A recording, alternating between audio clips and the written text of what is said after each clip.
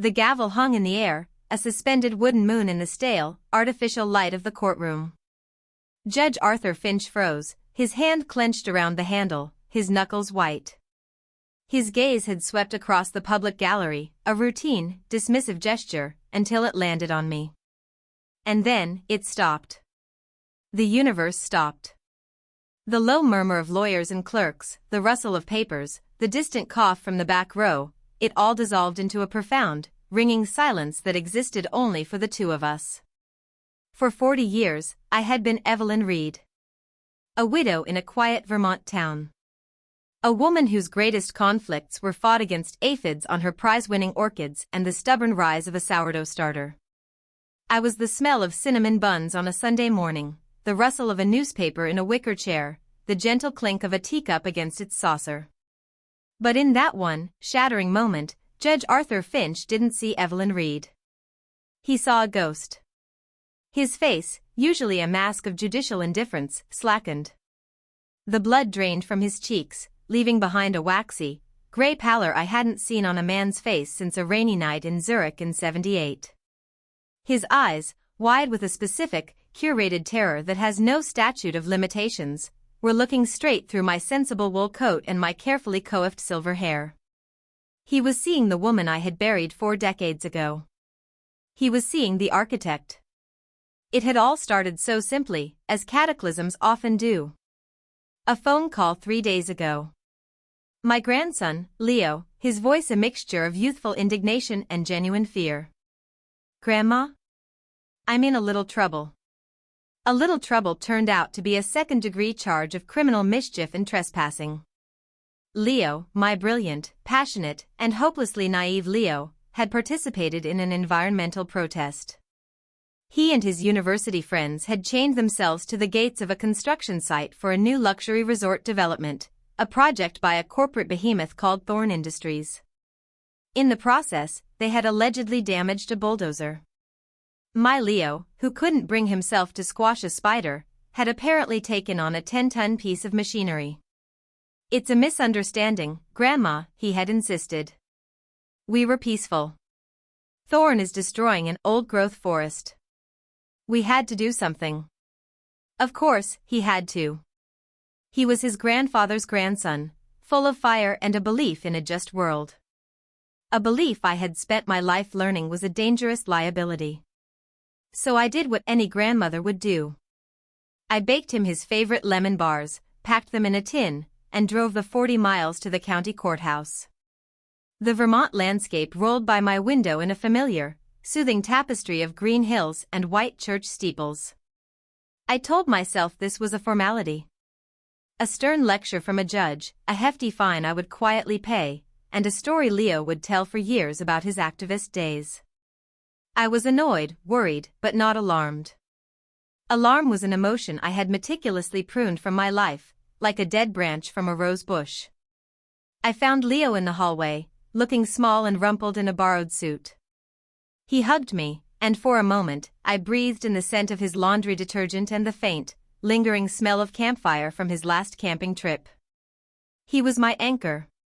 He was the entire point of this quiet life, the reason I had built Havenwood around me like a fortress. "It'll be okay," I whispered, patting his back. "We'll sort this out." I walked into the courtroom with the serene confidence of a woman who believes in the system because she has never had to truly test it. I found a seat on a worn oak bench in the gallery. The room smelled of old paper, floor polish, and a faint anxiety. I watched Leo take his place beside his public defender, a young woman who looked barely older than he was. Then the bailiff called the court to order, and Judge Arthur Finch walked in.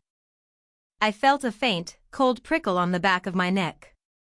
The name was familiar, but I couldn't place it. A politician? A news anchor from years ago? I dismissed it.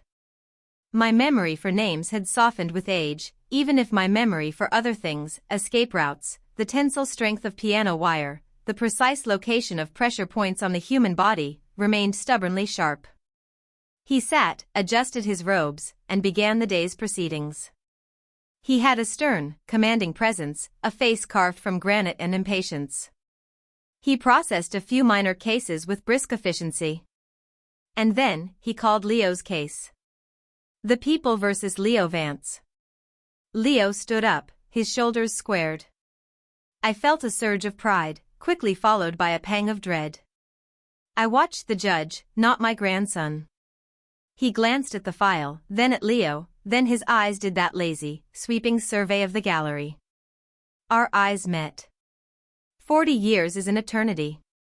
It carves new lines on a face, silvers the hair, softens the jawline. It steals the sharpness from your posture and replaces it with the gentle stoop of age. I was a different woman. A stranger. He would look right through me. He had to. But he didn't. For a fraction of a second, there was nothing. Just a judge looking at an old woman. Then, I saw it. A flicker. A tiny, imperceptible twitch in his left eye. It was the tale I had read about in a dossier compiled by the best intelligence agency in the world, a file I had memorized on a transatlantic flight 4 decades ago. Subject exhibits an involuntary blepharospasm in the left eyelid when presented with a sudden, high-stress cognitive dissonance.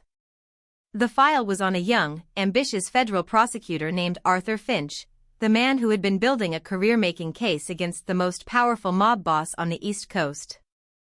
A case that had spectacularly imploded when his star witness, a bookkeeper named Frank Miller, vanished from a locked safe house without a trace. I was the one who had unlocked it. His mind was catching up to his instincts now.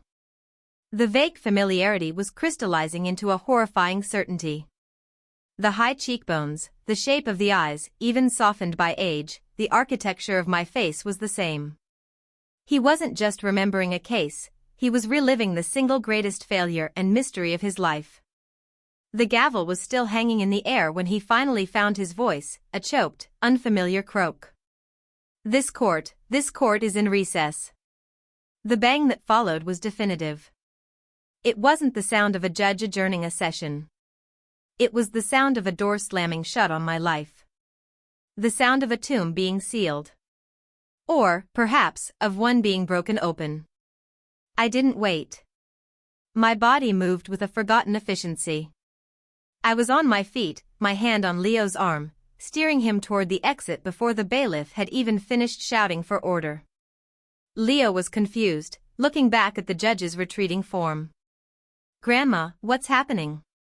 Did he just?"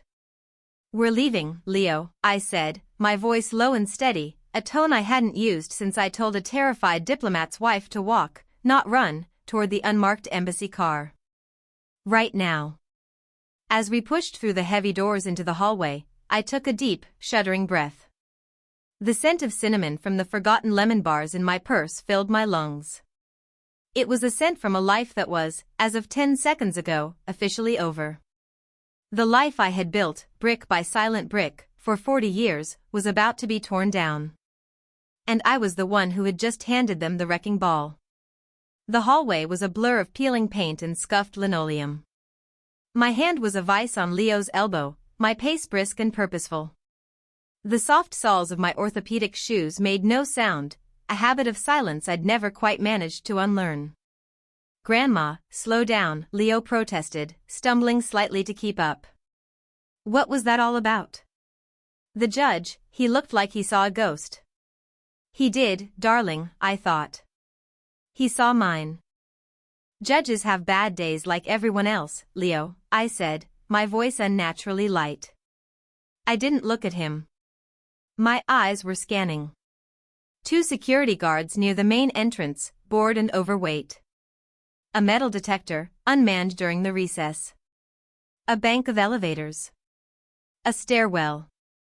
I automatically mapped the exits, the choke points, the lines of sight. 40 years of tending petunias hadn't erased the blueprints etched into my brain. A bad day? Leo was incredulous. He looked like he was having a heart attack. "He looked at you, Anne." "And he saw a worried old woman," I cut in, a little too sharply. I softened my tone. "He's probably under a lot of pressure. Don't worry about it. Let's just get you home." We pushed through the heavy glass doors into the humid Vermont summer. The sudden brightness made me squint. The parking lot shimmered with heat. My sensible sedan, a 10-year-old Buick, was parked 3 rows down. It was exactly where I'd left it. But the world it sat in was no longer the same. My senses, long dormant and cushioned by the cotton wool of a quiet life, were screaming. The distant wail of a siren wasn't just traffic, it was a potential response time. The glint of sunlight off a car window wasn't just a reflection, it was a possible point of observation. Every detail, mundane moments before, was now a variable in a complex and deadly equation. And then I saw it. It was nothing, and it was everything. A gray Ford sedan, parked near the exit. Anonymous. Forgettable. The kind of car governments and other, less formal organizations buy by the fleet. A man sat in the driver's seat, pretending to read a newspaper. But his eyes weren't on the paper. They were on the courthouse doors, reflected in his rearview mirror. As Leo and I emerged, his head didn't move, but I felt the weight of his attention. It was a physical pressure, a professional's gaze.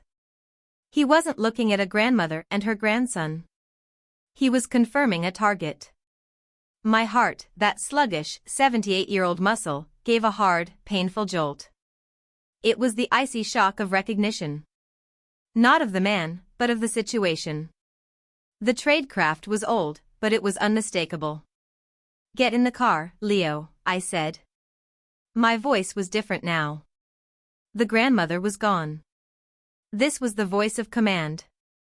Leo, to his credit, didn't argue. He must have heard the change. He fumbled with the passenger door handle as I unlocked the car with a click of the remote.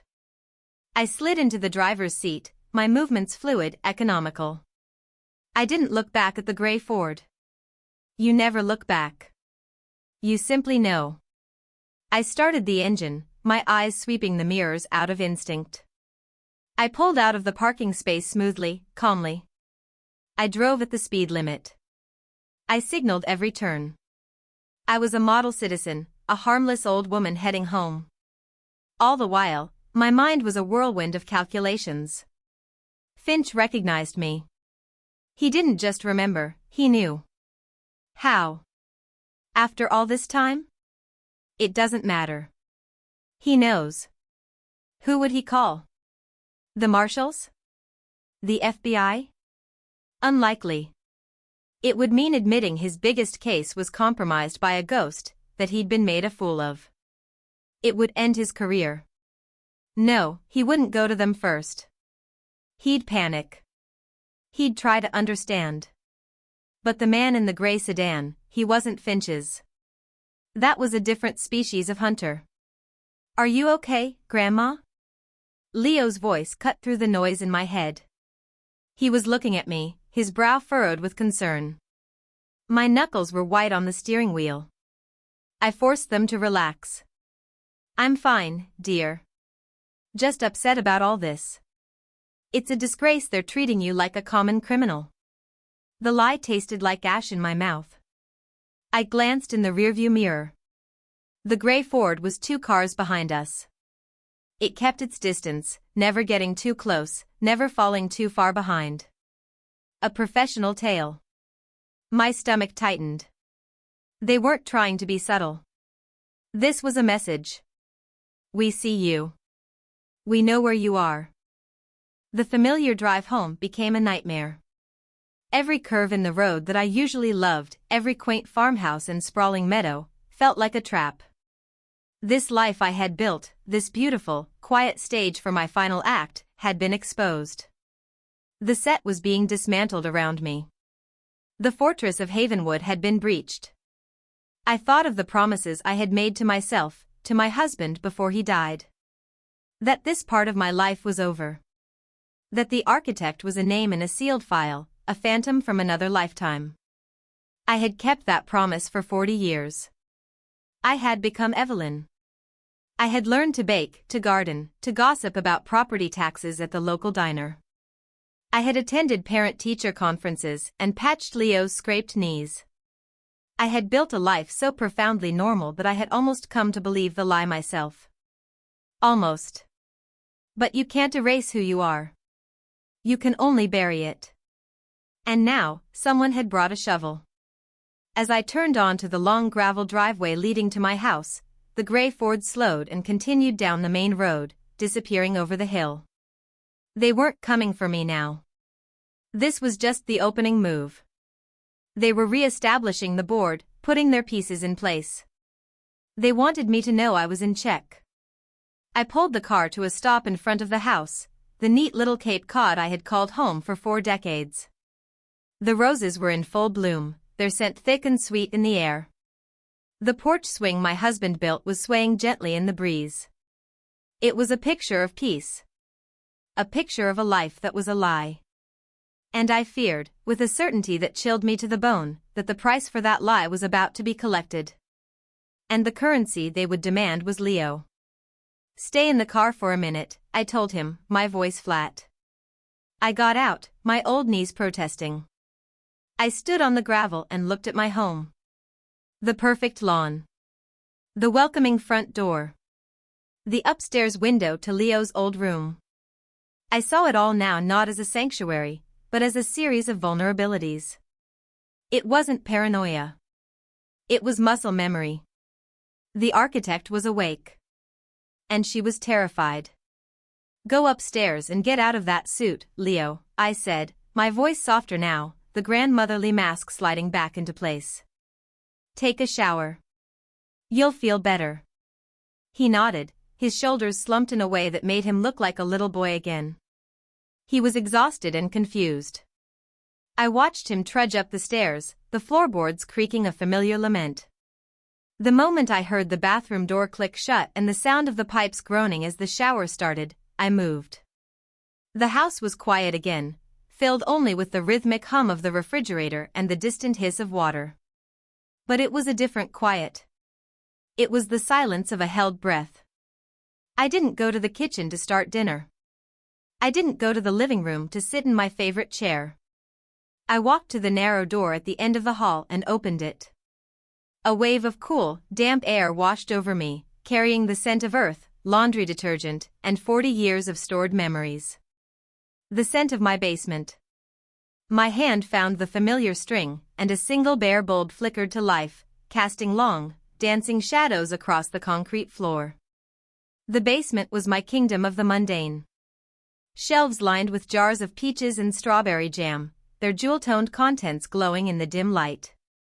My late husband's workbench, still neatly organized with tools he hadn't touched in a decade. Old furniture draped in white sheets, like sleeping ghosts. It was the perfect camouflage. I walked past the shelves of preserves, my fingers brushing against the cool glass of a jar of pickled beets from the summer of '98. I stopped at the very back, in the darkest corner. Here, the shelves were deeper, holding winter blankets and boxes of Christmas ornaments. I reached behind a stack of moth-eaten woolen throws and pressed a specific point on the wooden wall. There was no click, no sound at all. But I felt a slight give. I slid my fingers into the almost invisible seam and pulled. A section of the shelving, about 2 feet square, swung inward on silent, well-oiled hinges. It revealed a dark, hollow space, a wound in the foundation of my home. And inside, sitting on a small, purpose-built ledge, was a gray metal box. It was a military-grade munitions case, fireproof, waterproof, and utterly devoid of character. I hadn't laid eyes on it in 40 years, but my hands remembered its cold, dead weight as I lifted it out. I carried it to my husband's workbench and set it down. Dust motes danced in the single beam of light from the bulb overhead. My heart was a frantic drum against my ribs. My hands, usually steady enough to thread the finest needle, were trembling. I looked at my own reflection, faint and distorted on the lid of the box. I saw a frightened old woman with flyaway silver hair and wide, dark eyes. There was a combination lock. A simple one. The code was a date. Not a birthday, not an anniversary. It was the date Frank Miller disappeared. A date only 2 other people in the world had known. And I was fairly certain they were both long dead. My fingers fumbled with the dials. 2-4-7-9, click. The latch sprang open. I lifted the lid. There was no musty smell of age. The seal was perfect. The contents lay nestled in thick, dark foam, exactly as I had left them. This was the architect's toolkit. The real Pandora's box. On top lay a phone. It was a bulky, heavy thing by today's standards, a satellite phone built for a world without cell towers. It operated on a closed, encrypted network that was likely now a ghost system, a relic. But it had its own power source, a slow-decay isotope battery designed to last a century. Beside it were 5 passports. Evelyn Red from the United States was not among them. There was a stern-faced German academic, a cheerful Australian artist, a quiet Canadian librarian. Each had a complete set of supporting documents, flawless and aging naturally in their leather wallets. Beneath that layer was the hardware. Not guns. I was never about guns. Guns were loud, messy, imprecise. My tools were different. A small, soft leather roll that, when unfurled, revealed a set of exquisite lockpicks, thin and delicate as a surgeon's instruments. A tiny listening device, no bigger than a ladybug, with a surprising transmission range. A small, lead-lined vial containing a clear, odorless liquid, a powerful, fast-acting sedative that could be administered with a simple touch. And at the very bottom, there was a thin, leather-bound notebook. Its pages were filled not with words, but with lines of elegant, intricate code. My own cryptographic language. It contained contingency plans, financial information, and the true identities of people who thought they were safe. It was the most dangerous thing in the box. It was the leverage that had kept me alive and anonymous for 4 decades. I took a deep, shuddering breath. I was Evelyn, the grandmother who baked lemon bars. I was Evelyn, who worried about Leo's future. Touching these things felt like a betrayal. It felt like sacrilege. But the woman who had assembled this box knew that sentiment was a luxury. Survival was the only imperative. And Leo's survival was now inextricably linked to mine. I picked up the satellite phone. It felt alien in my hand, a cold slab of forgotten power. For 40 years, my greatest fear had been that this phone would one day ring. But I had never considered that I would be the one to turn it on. My thumb hovered over the power button. This was it. This was the signal. Turning this on was like lighting a flare in the dead of night. It would announce to the ghosts on the network that a node, long dormant, was active again. It would confirm their suspicions. It would tell them the architect was back in play. But I had no choice. Finch's reaction, the man in the gray sedan, they were already moving. I was reacting to their play, and that was a fatal mistake. I had to get ahead of them. I had to know who was hunting me. I pressed the button. The screen flickered to life, a dim, greenish glow in the gloom of the basement. It cycled through a series of symbols, my old network's handshake protocol, and then went blank, showing only a signal strength indicator. For a long, silent minute, nothing happened. The only sound was the frantic pounding of my own blood in my ears. Maybe the network was truly dead. Maybe I was alone. The thought was both terrifying and a profound relief. And then, the screen lit up. A single line of text appeared, stark and blocky against the green glow. There was no sender ID. There never was. It was a system-wide broadcast, a whisper down the wires from whatever remained of my old world. They know. Architect in play. The message on the screen pulsed with a faint, sickly green light, a beacon in the basement's gloom. They know. Architect in play. It wasn't a warning, it was a confirmation of the abyss that had just opened at my feet. The ghosts were not only awake, they were communicating. I snapped the box shut, the sound unnaturally loud in the silence, and shoved it back into its hidden compartment. I slid the shelving back into place, the illusion of normalcy restored. But the phone was in the pocket of my cardigan, a cold, heavy weight against my hip. A tumor of a life I thought I'd excised. Upstairs, the house smelled of Leo's shampoo and the lingering scent of my own fear. I made sandwiches. I sliced tomatoes with a steady hand. I arranged them on a plate. This was my armor now, the quiet, unbreakable ritual of domesticity. When Leo came down, his hair damp and his face scrubbed clean, I was sitting at the kitchen table, a picture of tranquility. "Feeling better?" I asked, pushing the plate toward him. "A little," he said, avoiding my eyes. "Grandma, about what happened in court. I think that company, Thorne Industries, they're playing dirty. My public defender said they've been pressuring the prosecutor's office." Thorne Industries. The name snagged in my memory, a fishhook in a silken thread. I said nothing, just watched him eat. He was trying to piece it together, the good soldier trying to understand the battlefield. He had no idea he wasn't on the battlefield, he was the battlefield. The next 24 hours were the longest of my life. I went through the motions. I watered my orchids, their waxy, alien faces inscrutable. I deadheaded the roses, my fingers deft among the thorns.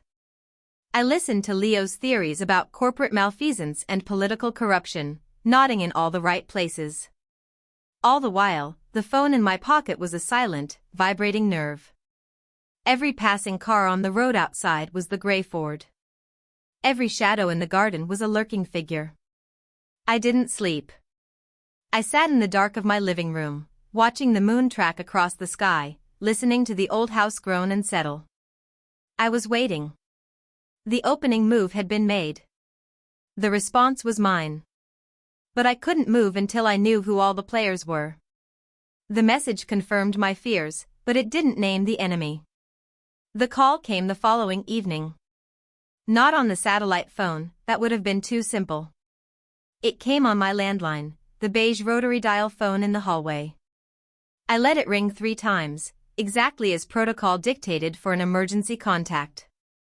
I picked up the receiver. "Hello? Is this Mrs. Reed?" The voice was male, strained, and stripped of all identity. "It is. I'm calling from the Historical Society about your contribution. The one from 1979. We need to verify some details. Are you able to meet?" The Historical Society. 1979, the year Frank Miller vanished. It was Finch. Clever. And desperate. "Where?" I asked, my voice calm. "The old quarry road. Off Route 3. There's a lookout point. In 1 hour." The line went dead. Leo was in town, meeting with his student activist group, trying to rally support. He wouldn't be back for hours. I scribbled a note, went to the nursery for fertilizer, be back soon, and left it on the kitchen table. Another brick in the wall of lies I was building around him. The quarry road was a winding, gravel track that snaked up the side of a steep hill, a place teenagers went to drink cheap beer and look at the stars. As I drove, the old instincts took over. I watched my mirrors. I made an unnecessary turn, circling a block in the sleepy town center before heading out. No tail. Finch had come alone. He was either a fool or he was terrified. My money was on terrified. I found his black sedan parked at the lookout, a small, gravel-strewn clearing overlooking the valley. The view was breathtaking, a patchwork of green fields and dense forest under a bruised purple sky. He was standing by the wooden guardrail, a silhouette against the twilight. I parked my Buick a respectable distance away and got out. The air was cool and smelled of pine and damp earth. I walked toward him, the gravel crunching under my shoes. He didn't turn until I was a few feet away. When he did, I saw the full extent of the damage 40 years had wrought. He was stooped, his face a roadmap of broken capillaries and deep-set lines of disappointment. But the eyes were the same. Sharp, intelligent, and right now, filled with a potent cocktail of fear and loathing. Architect, he said, the name a venomous whisper. It was the first time I'd heard it spoken aloud since my handler gave me my new identity and wished me a quiet life. You're mistaken, I said, my voice the pleasant, slightly reedy tone of Evelyn Reed. My name is Evelyn.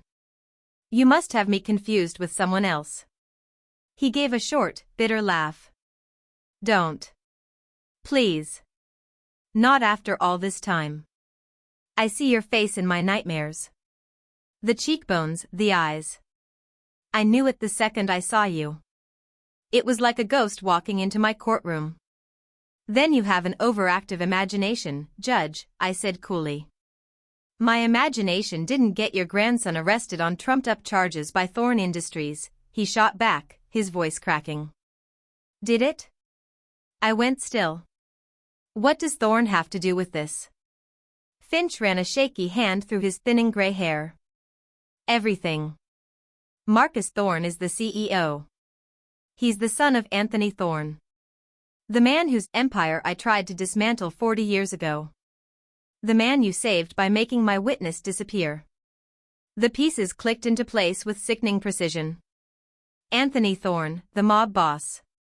Frank Miller, his bookkeeper, the witness. And now Marcus Thorne, the son, seeking what? Revenge? Justice? Marcus has spent years, millions of dollars, digging into his father's past, Finch continued, his words tumbling out in a rush. He's obsessed. He believes his father was set up, that if he can find Frank Miller, he can clear his family's name and, more importantly, find the ledgers Miller took with him. Ledgers that allegedly detail where his father hid a fortune. He traced the case back to me, to the mysterious disappearance. And somehow, he found a thread that led to you. That's not possible, I whispered, the words barely audible. I had erased every trace. I had built a firebreak between that life and this one that was absolute. He has resources you can't imagine, Finch said, his eyes pleading. He's not his father. He's smarter, more ruthless. He doesn't operate with thugs in back alleys, he operates with data miners and private intelligence firms. He found something. A name. A whisper. He set this all up. He targeted your grandson's activist group, created a situation. He baited the trap, hoping the ghost would show up to protect her kin. And you walked right into it. The cool evening air suddenly felt frigid. Leo. My boy. He was just a pawn. A piece of cheese in a mousetrap. What do you want, Arthur? I asked, dropping the pretense. The architect was speaking now. Relief and fear warred on his face. He was finally talking to the person he knew was there. Thorne is coming for both of us. He knows I was the prosecutor. He thinks I helped you. If he finds Miller, he'll destroy me. If he gets to you, God knows what he'll do. He's using your grandson as a lever to pry you out into the open. He took a step closer. I hate you for what you did to my career, to my life. You have no idea. But I'm pragmatic. And I'm terrified of Marcus Thorne. He's a shark that smells blood in the water. I have resources. Access to sealed files, surveillance databases, things I shouldn't have. You have your particular set of skills. We need to help each other. It was an alliance born of pure terror. A partnership between a ghost and the man who had hunted her. What's your proposal? I asked, my mind already racing, calculating angles, assessing threats. We solve the Thorne problem. Permanently, he said, his voice low and intense. We make him go away. You do what you do best. You're the architect. Design something. A structure he can't escape from. In return, I'll use my position to make sure your grandson's case evaporates. He walks away clean. And you and I, we go back to pretending the other doesn't exist. I looked out over the valley. The lights of Havenwood were beginning to twinkle on, a cozy constellation of warmth and safety. A life I had chosen. A life that was now under siege. Finch was right. This wasn't about the past anymore. It was about the future. It was about the boy in my house who believed his grandmother's biggest secret was her prize-winning apple pie recipe.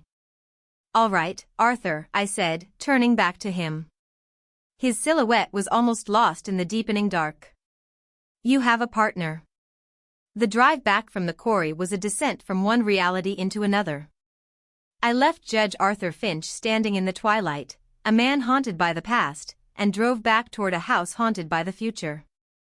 The familiar turns of the road, the scent of my ancient Buick's dusty upholstery, the gentle hum of the tires on asphalt, these were the constants of Evelyn Reed's life. But inside, the architect was methodically dismantling that life, assessing its weaknesses and preparing it for war. Fear was a luxury I could no longer afford. The icy dread I'd felt in the courthouse had been replaced by a cold, clear focus. It was a feeling I hadn't experienced in 40 years, a hyper-awareness that sharpened the edges of the world. The rustling leaves in the woods beside the road weren't just leaves, they were potential cover. The headlights in my rearview mirror weren't just another driver, they were a contact to be tracked, identified, and dismissed. When I arrived home, the house was dark and silent. Leo wasn't back yet. I left the note on the table, a flimsy piece of domestic fiction, and went not to the basement, but to my study. It was a small room, paneled in warm oak, filled with books on horticulture and history. A comfortable armchair, a reading lamp, and a small, elegant writing desk.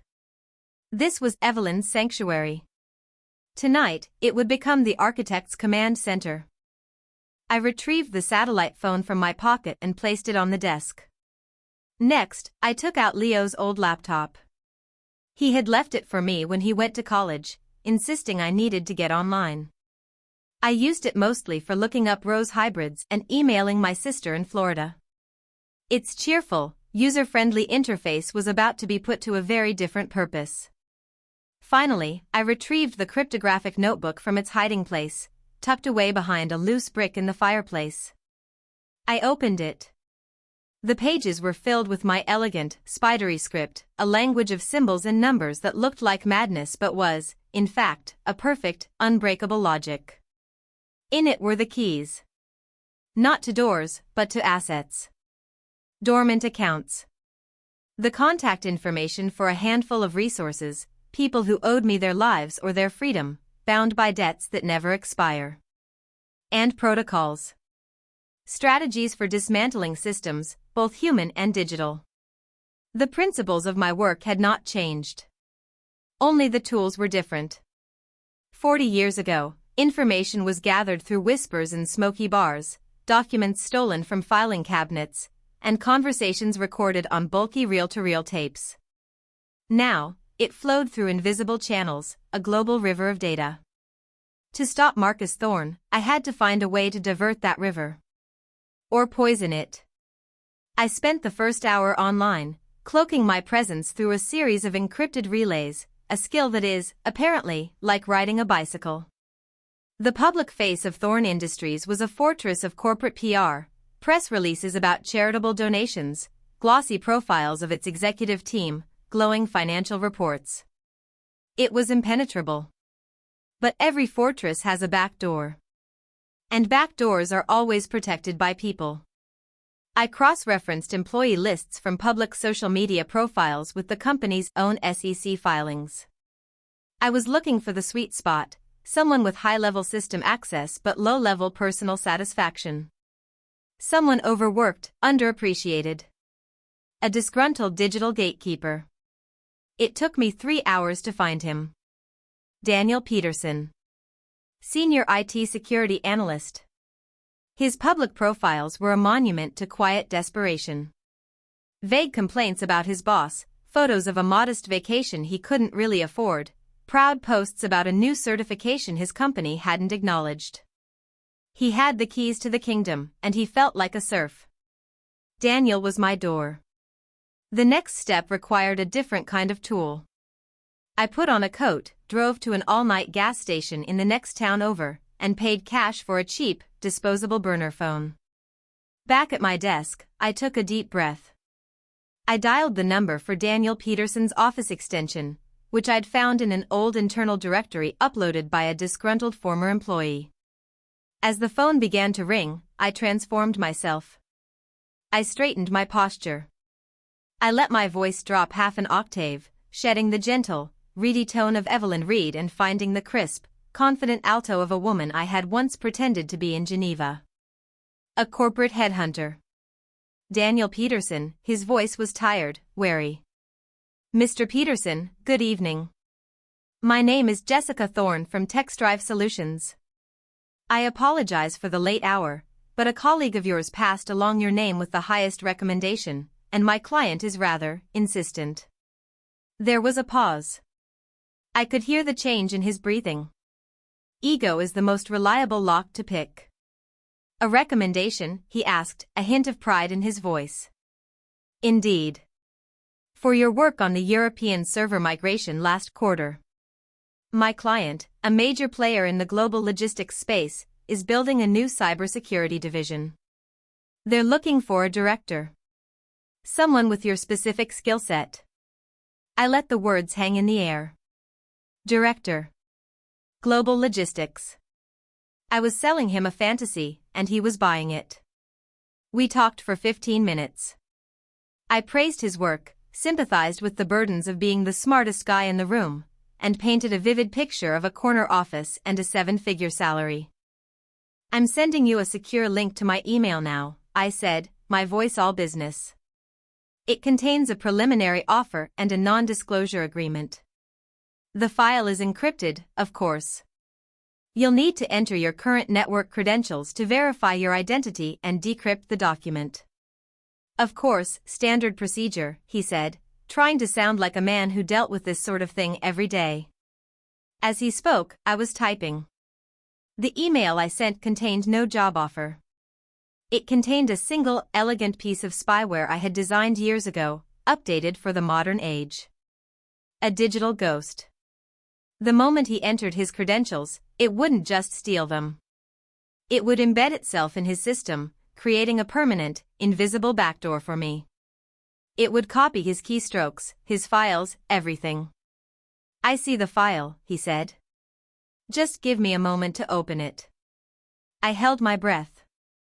On my laptop screen, a simple command line interface was open. A single blinking cursor. I waited. This was the moment. The digital lockpick sliding into the tumbler. Then, a new line of text appeared on my screen. Access granted. Connection established. I was in. Jessica? Are you there? Daniel's voice said in my ear. It's saying there's an error decrypting the file. Oh, dear, I said, my voice dripping with synthetic sympathy. There must be a compatibility issue with your company's firewall. Not to worry, I'll send it again tomorrow from a different server. Thank you for your time, Daniel. We'll be in touch. I hung up before he could ask another question. I leaned back in my chair, my heart hammering against my ribs. On the screen, data began to flow. A torrent of it. Internal emails. Calendars. Project timelines. Financial projections. The complete, unvarnished inner workings of Thorne Industries. I looked around the quiet, book-lined study. The scent of old paper and lemon polish filled the air. Outside, a barn owl hooted in the darkness. My world was still, peaceful, safe. But on the glowing screen in front of me, I had just slipped a knife between the ribs of a giant. The thrill of it was terrifying. It was a cold, clean feeling, a surge of power I hadn't felt in a lifetime. Evelyn Reed, the gardener, was gone. The architect was at her drawing board. And she had just found the blueprints to her enemy's fortress. For 2 days, I lived a double life with a discipline that astonished even me. By day, I was Evelyn. I made pancakes for Leo, discussing his case with feigned grandmotherly concern. I assured him that the justice system, while slow, was fundamentally fair. I saw the doubt in his eyes, the frustration of a young man who saw the world in stark black and white, and it felt like a physical blow. He was fighting a battle of principles, ignorant of the real war being waged for his soul. By night, the study became my world. The glow of the laptop screen was my moonlight. Fueled by black tea and a grim determination, I became a phantom in Marcus Thorne's digital empire. Daniel Peterson's credentials had given me a window, and I had promptly used it to climb inside and build myself a home in the shadows of their network. I was a ghost in their machine, silent, invisible, and omniscient. I learned the rhythm of the company. I read the curt, demanding emails Marcus Thorne sent at 3 a.m. I saw the casual cruelty with which he ran his business, the lives and communities treated as mere externalities on a balance sheet. He was indeed his father's son, but with a modern, polished veneer of corporate respectability that made him infinitely more dangerous. But I wasn't looking for proof of his character. I was looking for a weapon. And in the labyrinth of encrypted financial records and offshore holding companies, I found one. It was a project codenamed Ariadne. A massive, multi-billion-dollar land acquisition deal in coastal Spain, poised to be Thorne Industries' crowning achievement. It was sensitive, complex, and being handled with extreme secrecy. A deal that large relied on two things: perfect timing and absolute confidence from its European financial backers. I had found his center of gravity. Now, I had to find a way to push. The pressure on Leo was escalating, just as Finch had predicted. His public defender called, her voice tight with frustration. The district attorney was no longer interested in a plea bargain for misdemeanor mischief. They were considering elevating the charges to industrial sabotage, a felony that carried a mandatory prison sentence. It was a ludicrous overreach, but it was a clear and brutal message from Thorne to me. I have your boy. What will you do? That night, I decided it was time to send a message back. My plan was simple, elegant, and relied on Thorne's own arrogance. His company used a top-of-the-line, encrypted communication platform for its board members. It was considered unhackable. But I wasn't going to hack it. I was simply going to use it. I had the credentials of every board member. I had read their emails and learned the cadence of their speech, their private jokes, their professional rivalries. At 2 a.m. Vermont time, which was 8 a.m. in Zurich, I initiated a message. I sent it from the account of Thorne's own chief financial officer, a man named Gerald Vance, to the lead banker at the Swiss firm underwriting the Ariadne deal. The message was brief and perfectly crafted to mimic Gerald's usual curt style. Subject: Urgent, Ariadne Analysis. Herr Schmidt. Found a significant anomaly in the Spanish geological surveys. Potential soil liquefaction risk under seismic stress. Could jeopardize foundation integrity for the entire coastal build-out. Need to pause the final wire transfer until my team can verify. Sending the full report shortly. GV. It was a masterpiece of corporate speak, a dagger wrapped in jargon. Soil liquefaction was a terrifying prospect for any investor. Pausing a wire transfer of that magnitude would trigger a cascade of alarms. Of course, there was no report. The beauty of the move was that the seed of doubt was all that was required. The bankers, whose entire profession was built on risk aversion, would not wait for a report. They would slam on the brakes. I leaned back, my work done. All I had to do now was watch.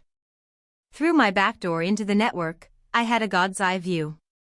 I saw the first panicked email from Herr Schmidt to Gerald Vance at 8:05 a.m. Zurich time. Gerald, just waking up in his Connecticut mansion, replied at 2:12 a.m. his time, utterly bewildered, denying he had ever sent such a message. But it was too late. Schmidt had already forwarded my fake email to his entire risk assessment team. By 3 a.m. Vermont time, the firestorm had begun. The Swiss bank had officially put a 48-hour hold on the funds. Their lawyers were demanding clarification. Thorne's European partners were calling emergency meetings. I watched Marcus Thorne's digital trail. A flurry of furious messages. Phone calls logged to his head of security. He knew instantly that this was no accident. This was an attack. It was too precise, too surgical. It was an answer to the pressure he was putting on my grandson. I felt a cold, grim satisfaction. I hadn't destroyed his deal. I had merely wounded it. I had shown him that I was inside his walls. I had demonstrated that I could touch the most sensitive parts of his empire at will. It was a whisper, not a shout. I am here. And you have no idea where. Back off. The next morning, I was in the kitchen, humming an old tune and rolling out dough for a pie crust when the phone rang. It was Leo's public defender. Her voice was completely different. "Evelyn, you're not going to believe this," she said, a sense of wonder in her tone. "I just got a call from the DA's office. They're dropping the felony charges. They're back to offering a simple misdemeanor plea. A small fine and community service. They said Thorne Industries has suddenly lost interest in pursuing the matter." I closed my eyes, a wave of relief so profound it almost buckled my knees. I had pushed, and he had flinched. The pressure on Leo was released. "That's wonderful news," I said, my voice warm and steady, the perfect grandmother. I knew it was all a misunderstanding. After I hung up, I looked down at my hands, covered in flour. Evelyn's hands. But they had, just hours before, manipulated billions of dollars and brought a ruthless corporate titan to a momentary halt. I had won the first skirmish. But I knew this was far from over. I hadn't scared Marcus Thorne off. I had enraged him. I had confirmed his suspicions and declared war. He would come for me now, not with legal maneuvering, but with everything he had. The quiet little house in Havenwood was no longer just a home. It was the front line. And the battle had just begun. The news of the downgraded charges should have filled the house with light and relief. Instead, a different kind of tension settled in, thicker and more complex than before. Leo was free, or close enough to it, but he wasn't celebrating. The swift, inexplicable reversal of his legal fortunes had planted a seed of suspicion in his intelligent, inquisitive mind. He watched me. He watched me as I kneaded dough, my movements rhythmic and practiced. He watched me as I pruned the dead leaves from my orchids, my touch gentle and precise. He was looking for something, a crack in the placid facade of the grandmother he had known his entire life. He had seen the look on Judge Finch's face. He had felt the sudden, chilling shift in his own case. He was a boy who believed in cause and effect, and the equation wasn't balancing. The conversation I'd been dreading came 2 nights later. I was in the living room, knitting a scarf, the soft click-clack of the needles a soothing mantra against the storm in my head. Leo came and sat in the armchair opposite me, not turning on the television, just watching me in the dim lamplight. "Grandma," he began, his voice quiet. "We need to talk." I set my knitting down in my lap. "Of course, dear. What's on your mind?" "This whole thing. The arrest. The charges being dropped. It doesn't make sense." He leaned forward, his elbows on his knees, his gaze direct and unflinching. "Thorne Industries is a corporate shark. They don't just lose interest when a bunch of college kids vandalizes their equipment. They make an example of them. So why did they back off?" I met his gaze, my heart aching. I saw his grandfather in his eyes, that same fierce intelligence, that same intolerance for dishonesty. I could lie. I could create another plausible fiction, another layer in the elaborate architecture of my peaceful life. But I was tired of the lies. And more than that, I saw that a simple lie would not work. He would see right through it. He deserved more. He deserved a version of the truth. "Sometimes, Leo," I began slowly, choosing my words with the care of a demolitions expert wiring a charge, "powerful people have complicated lives. They have enemies. Sometimes, a problem in one area of their life can be solved by making a concession in another." His brow furrowed. "What does that mean? Do you know something about Marcus Thorne?" I know the world he comes from, I said, and the words were true. It's a world where leverage is everything. Thorn was using you, Leo. He was using your case as a way to send a message to someone else. Someone he believed could hurt his business. Who? Leo pressed, his voice sharp with urgency. Who was he sending a message to? This was the precipice. I could not say me. I could not tell him that his sweet, gentle grandmother was a creature from the same murky world as Marcus Thorn. To tell him the whole truth would shatter his world, and my own. It would burden him with a knowledge that could get him killed. So I gave him a half-truth. A story that was honest in its shape, if not in its details. An old friend of your grandfather's, I said softly. The lie felt less venomous by invoking his memory. A long time ago, your grandfather was involved in some difficult business. He associated with people who were on the wrong side of the law.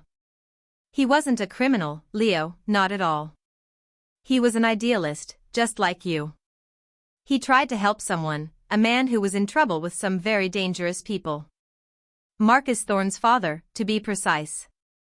I could see him processing this, his mind racing to connect this new, shocking information with the grandfather he idolized from old photographs and stories. My friend, I continued, the one from back then, is still around. He knew Thorn was using you to get to him. So he pushed back. He created a much bigger problem for Marcus Thorn's business, something that made your case seem trivial in comparison.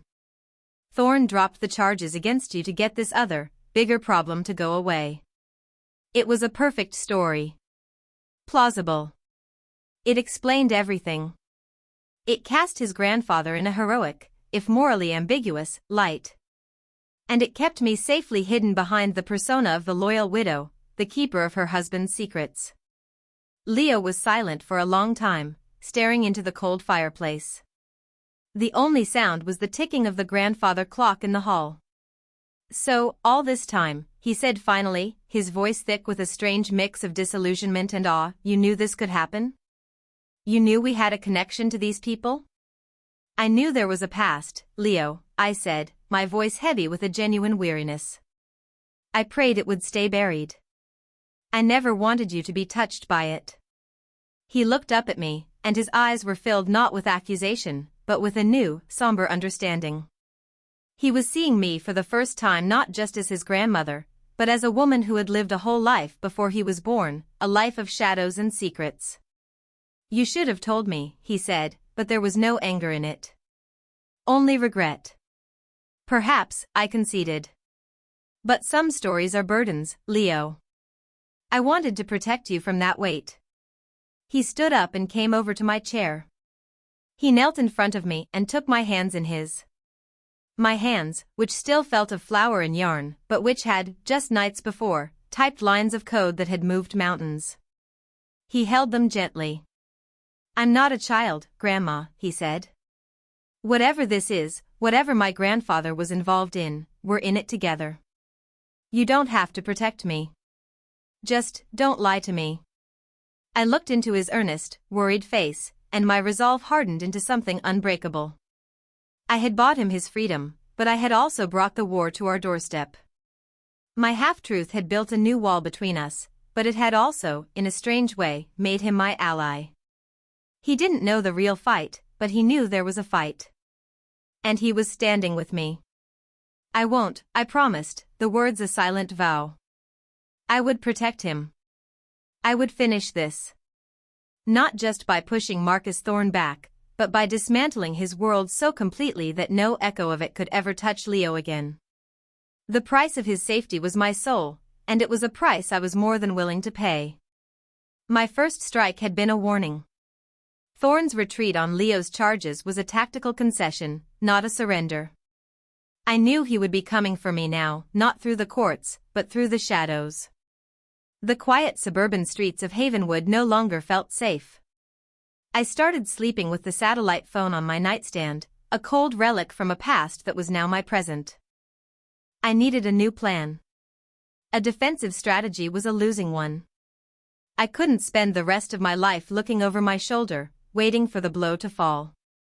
I had to end it. I had to remove Marcus Thorne from the board permanently. To do that, I needed to get him out of the digital world where he was a king and into the physical world where he was vulnerable. I needed to bait the shark into shallow water. The answer, as it so often is, lay in the past. Finch had said Thorne was obsessed with two things: clearing his father's name and finding the lost fortune detailed in Frank Miller's ledgers. Frank Miller. The ghost I had created 40 years ago. It was time to bring him back to life. I called Judge Finch from a payphone at a deserted truck stop 20 miles out of town. The air smelled of diesel and stale coffee. "It's me," I said when he answered, his voice a nervous bark. "What happened?" he demanded. The DA suddenly folded. "That was you, wasn't it?" "It was a temporary measure," I said, cutting him off. "He knows I'm here now. He's hunting me, which means he's still a threat to you. I have a new plan. A final one. But it's risky. And I need your help." I laid it out for him. We would give Thorne what he wanted. We would give him Frank Miller. "Are you insane?" Finch's voice was a choked whisper. "We don't know where Miller is." "You made sure of that." "We don't need the real Frank Miller," I explained patiently. "We need the idea of him. We'll create a new one. An imposter. We will leak information that Miller is alive, scared, and willing to sell his story and his ledgers to the highest bidder. Thorne will be unable to resist. He'll want to meet him personally, to silence him and get those ledgers. And when he does, we'll be waiting." "A trap," Finch breathed. "You want to trap him." "It's the only way," I said. "He's untouchable in his world of boardrooms and lawyers. We need to lure him into ours. Your part is to use your access to plant the seeds." A lost deposition from an old case that mentions Miller being spotted in Montreal. A misfiled surveillance report. Little breadcrumbs for Thorne's investigators to find. Make it look like the system is slowly, clumsily, uncovering an old secret. "And who," Finch asked, his voice dripping with skepticism, "is going to play the part of a 70-year-old bookkeeper who has been in hiding for 40 years? That was the most delicate part of the plan. My old organization had a network of assets and debtors. Most were ghosts now, like me. But I remembered one. A man named Julian Croft. He was a classically trained actor, a master of disguise who had a disastrous gambling problem. My organization had saved him from a very unpleasant end at the hands of a Moscow creditor. In return, he had performed a few roles for us. He owed me. Finding him would be difficult. Activating him would be dangerous. Using the cryptographic notebook and a series of anonymous money transfers, I sent a message into the ether. It was a single line from a Shakespearean play we had once discussed in a safe house in Vienna, sent to a numbered account in the Cayman Islands. If he was alive and still solvent, he would see it. For a week, I heard nothing. I continued my digital surveillance of Thorne, my nightly vigil in the study. I watched him ramp up his internal security, his digital paranoia growing. He was looking for the ghost in his machine, never suspecting it was a 78-year-old woman in Vermont. Finch, true to his word, began seeding the federal archives with tantalizing whispers of Frank Miller's continued existence. Then, one evening, the burner phone I had bought buzzed. An unknown number. "Is this Evelyn?" The voice was a theatrical baritone, laced with the gravel of too many cigarettes and too much cheap whiskey. "Hello, Julian," I said. "I received your review," he said, the code word we had used. "It's been a long time. I thought your theater had gone dark for good." "There's a revival," I said. "A final performance. It's the role of a lifetime." I explained what I needed. He listened, his breathing steady on the other end of the line. Julian was a creature of the stage. He understood stakes, motivation, drama. "This Thorne fellow," he said when I was done. He sounds like a rather unappreciative audience. What if he doesn't like the performance? The pay is excellent, I said. And it will clear the last of your debt with my producers. After this, you're free. There was a long pause. I could almost see him, in some faded, dusty apartment, weighing the risk against the promise of a final curtain call. Where and when are the auditions? He asked. The trap was taking shape. I felt the old, cold thrill of the work, the intricate pleasure of building a perfect machine. I coached Julian over encrypted calls, feeding him every detail I remembered about the real Frank Miller, his nervous cough, the way he adjusted his glasses, his terror of Anthony Thorne. Julian, the consummate actor, absorbed it all, building the character from the inside out. Finch confirmed that Thorne's investigators had taken the bait. They were actively chasing the breadcrumbs, getting closer to the truth we were manufacturing. The shark was circling. The final piece was the location. It had to be a place I could control.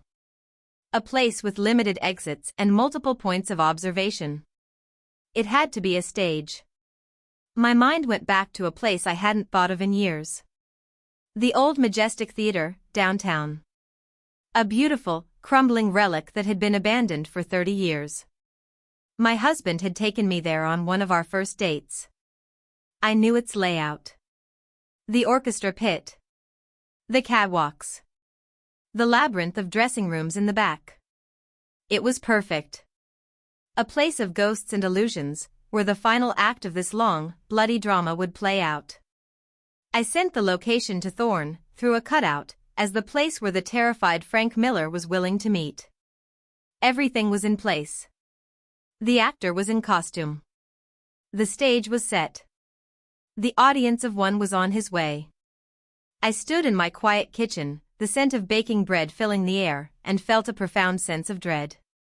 I was the architect of this trap, but I knew that once the performance began, the director was fate. And fate was often a merciless critic. The Majestic Theater was even more decrepit than I remembered. Dust lay thick as velvet over the faded crimson seats. The air was heavy and cold, smelling of decay and forgotten memories. Moonlight streamed through a grime-covered skylight high above, painting a ghostly silver rectangle on the center of the stage. This was my chosen battlefield. I was not in the theater itself. I was across the street, in a vacant second-story office I'd gained access to with a set of my old, familiar tools. The window gave me a perfect, unobstructed view of the theater's entrance and the alleyway behind it.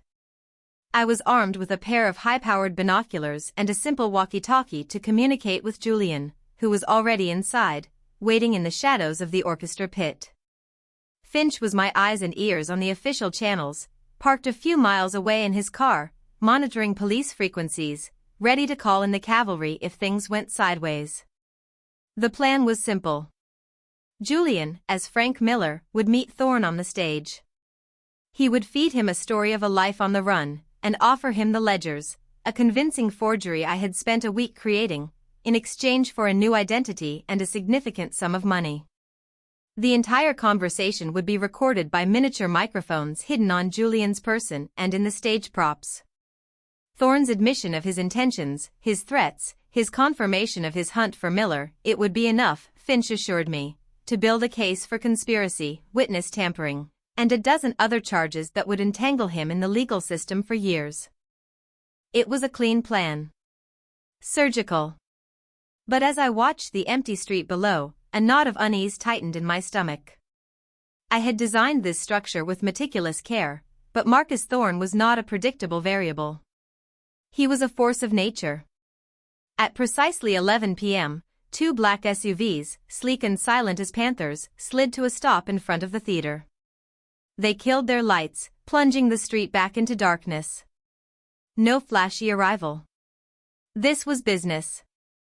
4 men emerged from the vehicles, dressed in dark suits, moving with the fluid, coordinated economy of professional security.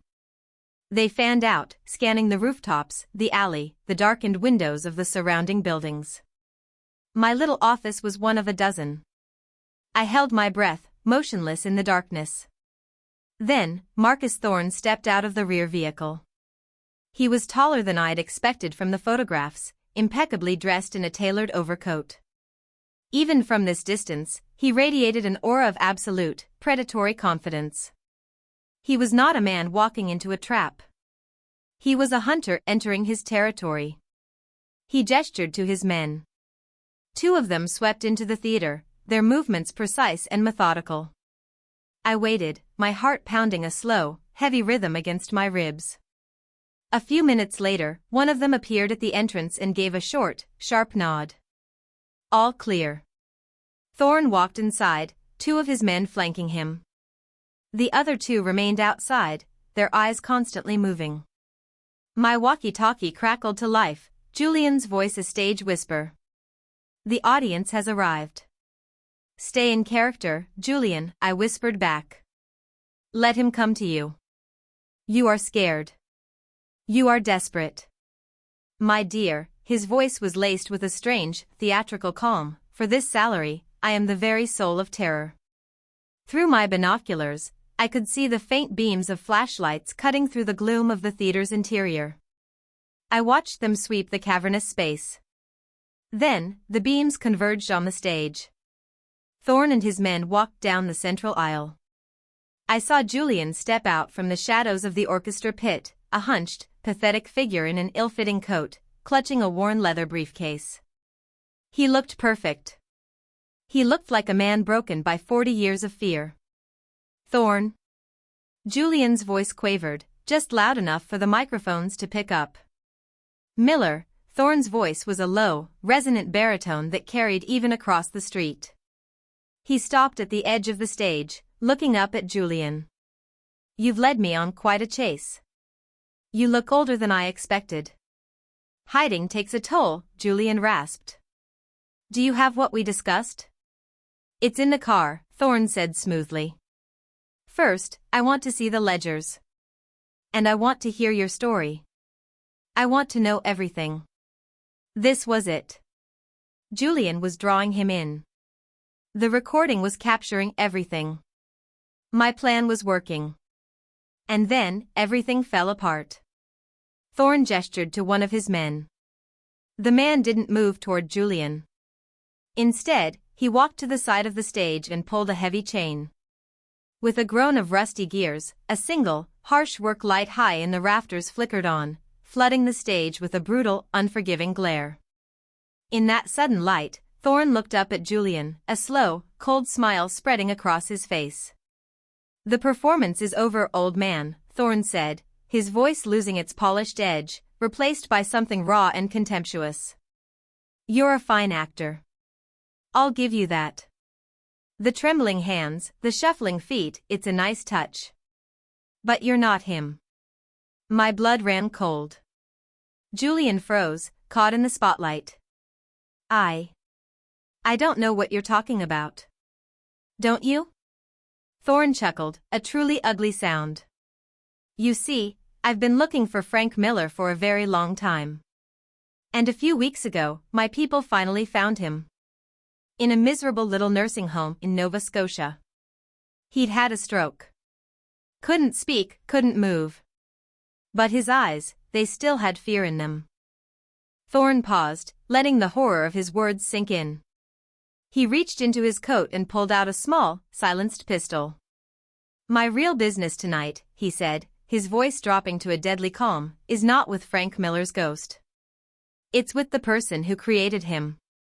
He turned his head slightly and looked, with an unnerving, impossible accuracy, directly at the darkened window of my second-story office. Isn't that right, architect? My heart stopped. The trap wasn't for him. It was for me. He had known all along. Finch's breadcrumbs, the leaks, the actor, he had let it all play out. He had followed my script step by step, not because he was fooled, but because he knew it would lead him to me. As this realization crashed down on me, the rear door of the SUV parked directly below my window opened. And a stooped, frail old man in a wheelchair was lifted out by one of Thorne's men. Even in the dim light, I recognized the face from the 40-year-old file photos. The weak chin, the terrified eyes. It was him. It was the real, broken, and very much alive Frank Miller. Thorne's voice came again, amplified now by some unseen speaker. It filled the street, a voice of doom. I have your witness. And my men have your grandson. He was picked up from his little activist meeting an hour ago. So here is my offer, architect. You walk out of that building, you come work for me. You will use your talents to build my empire, not dismantle it. You do that, and the boy and this pathetic creature both live. You refuse, and the curtain falls on everyone. The world narrowed to the dusty windowpane in front of me. Across the street, the theater stage was no longer a stage, it was an altar, and Julian was the intended sacrifice. Below me, Frank Miller sat slumped in his wheelchair, a ghost made flesh, a testament to my failure. And somewhere in this city, Thorne's men had Leo. My Leo. The entire foundation of my 40-year peace. Thorne hadn't just avoided my trap, he had built a better one around it, using my own design as the blueprint. He had anticipated my every move. The hunter had become the hunted. Panic is a flash flood. It rises fast and drowns all reason. For a heart-stopping second, it threatened to consume me. My breath hitched. My hands, cold as ice, gripped the windowsill. This was checkmate. He held all the pieces that mattered. But then, something else rose to meet the panic. A cold, hard certainty that had been forged in the back alleys of Cold War Europe. The architect had spent a lifetime designing systems with fail-safes. Redundancies. Contingency plans for the moment when everything goes catastrophically wrong. Evelyn Reed had forgotten them. The architect had not. I had known this was a possibility. I had felt it. Thorne was too smart, too meticulous, to be fooled by such a simple piece of theater. The ease with which he took the bait had been my first warning sign. So, I had built a second design, a trap within the trap, hidden even from Finch. I had hoped I would never have to use it. I took a deep, steadying breath. I looked at Thorne, a confident predator standing on his stage, and felt not fear, but a profound, weary clarity. I picked up the walkie-talkie. Julian, I said, my voice calm, devoid of any tremor. It's over. Walk off the stage. They won't harm you. You are no longer part of the equation. Then, I turned and walked away from the window, melting back into the shadows of the office. My movements were no longer those of an old woman. They were efficient, silent, and purposeful. I left the binoculars and the walkie-talkie on the floor. I didn't need them anymore. I walked out of the office, down a creaking hallway, and out a rear fire escape that opened onto a different alley. As my feet hit the cracked pavement, I pulled out the satellite phone. I pressed a single button. It was a pre-programmed call, a connection I had arranged a week ago through a series of encrypted channels that led to a very specific office in Washington, D.C. A crisp, professional voice answered on the first ring. No name, no agency. Just, go ahead. This is Architect, I said. The name felt strange and familiar on my tongue. Execute contingency, Ariadne's fall. I am activating my witness protection clause. Full immunity in exchange for Marcus Thorne. The evidence package was transmitted to you 60 seconds ago. Acknowledged, Architect. Stand by. The line went dead. My trap for Thorne was never about the audio recording in the theater. That was misdirection. A play for a fool. The real trap had been digital. For the past week, I hadn't just been watching Thorne, I had been burrowing deeper into his empire, using my access to follow the dark money trails of his current operations, the bribery, the extortion, the illegal arms components being shipped through his logistics network. The Ariadne deal in Spain was just the tip of the iceberg. I had compiled a dossier, a package of irrefutable, prosecutable evidence of his ongoing crimes, not the sins of his father. Thorne thought I was playing his father's game. I was playing mine. I walked calmly out of the alley and onto the main street, a block away from the theater. I stood under a flickering street lamp, an old woman in a sensible coat, and waited. Across the street, Thorne was growing impatient. His voice boomed from the theater's speakers again. "Your time is running out, architect. I will not ask again."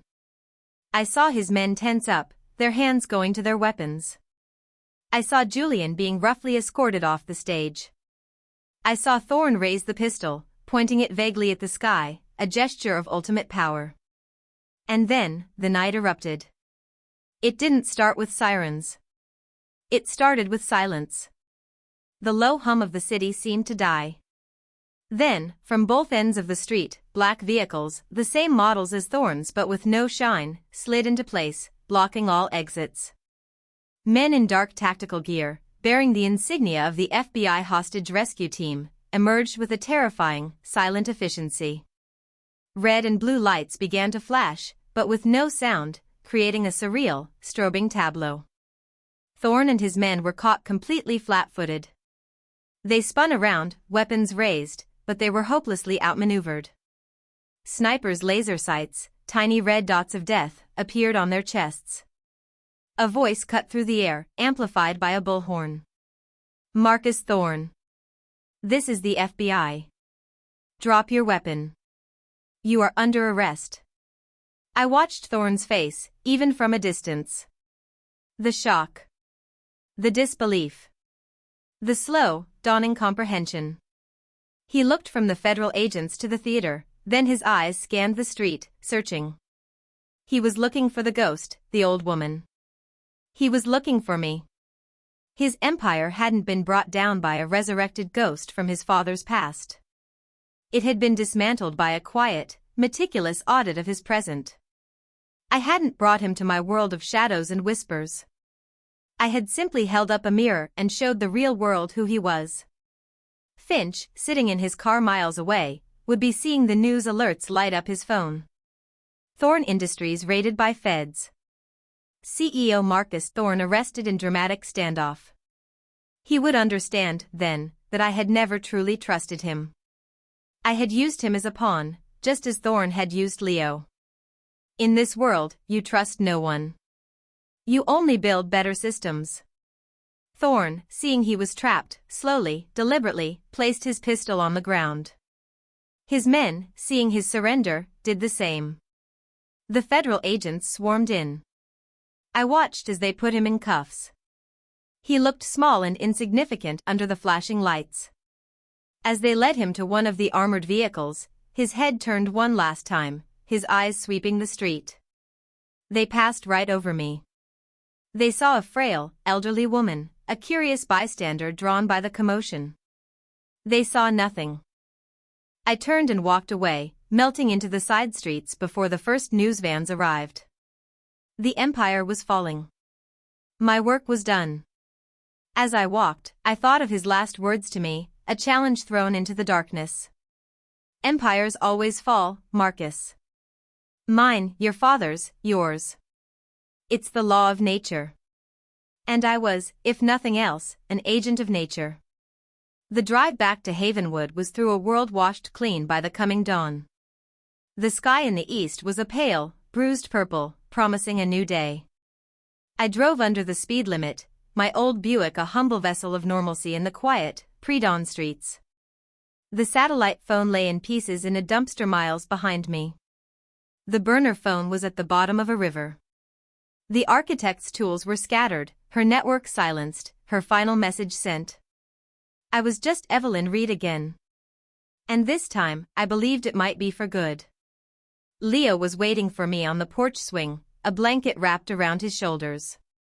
He must have been released as soon as Thorne was in custody. He stood up as my car crunched to a stop on the gravel driveway. There were no frantic questions, no demands for explanations. He just walked over and wrapped his arms around me as I got out of the car. He held on tight, and I leaned into him, feeling the frailness of my own bones, the weariness of a lifetime of battles I had never wanted to fight. "It's over, Grandma," he whispered into my hair. "Yes, dear," I said, my voice thick. It's over. We stood there for a long time as the sun began to crest the green Vermont hills, painting the sky in strokes of rose and gold. He didn't ask what happened. I think, in his own way, he had pieced together a version of the truth that he could live with. He knew I had faced down a monster to protect him, and for now, that was enough. The details were just shadows. The aftermath was a distant storm, reported on the news in sensational, sanitized clips. Marcus Thorne was charged under the RICO Act, his indictment a sprawling document detailing a decade of corporate racketeering. The story of the standoff at the Majestic Theater was a minor footnote, officially described as the culmination of a long-term federal investigation. There was no mention of a ghost from the past, no whisper of an old woman pulling the strings. My immunity, my final deal, was absolute. My name was never spoken. I was erased from the narrative as completely as I had once erased Frank Miller. Judge Arthur Finch announced his retirement a week later, citing health reasons. We never spoke again. Our alliance, born of mutual terror, dissolved back into the silence of 40 years. His debt was paid, and so was mine. Frank Miller was quietly taken into the full care of the Federal Witness Protection Program, a frail old man finally given the peace in death that he was denied in life. And Julian Croft, I assumed, was enjoying a well-deserved retirement, his final performance a resounding, if unreviewed, success. Life in Havenwood returned to its gentle, predictable rhythm. The seasons turned. The first snows of winter dusted the trees, and the world outside my window grew quiet and still. The silence was different now. It was not the tense, watchful silence of a woman in hiding. It was a deep, earned quiet. The silence of a fortress after the war is over. It was peace. One crisp spring morning, months later, I was in my garden, my hands deep in the cool, dark earth, repotting an orchid.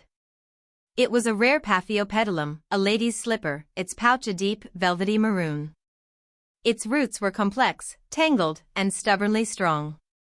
Leo came out of the house, carrying 2 mugs of tea. He handed one to me and sat on the low stone wall that bordered the flower beds. He had decided to take a semester off from college, to stay with me for a while. We didn't talk about it. We both just knew it was what we needed. He watched me for a moment, my hands gently tamping the soil around the orchid's base.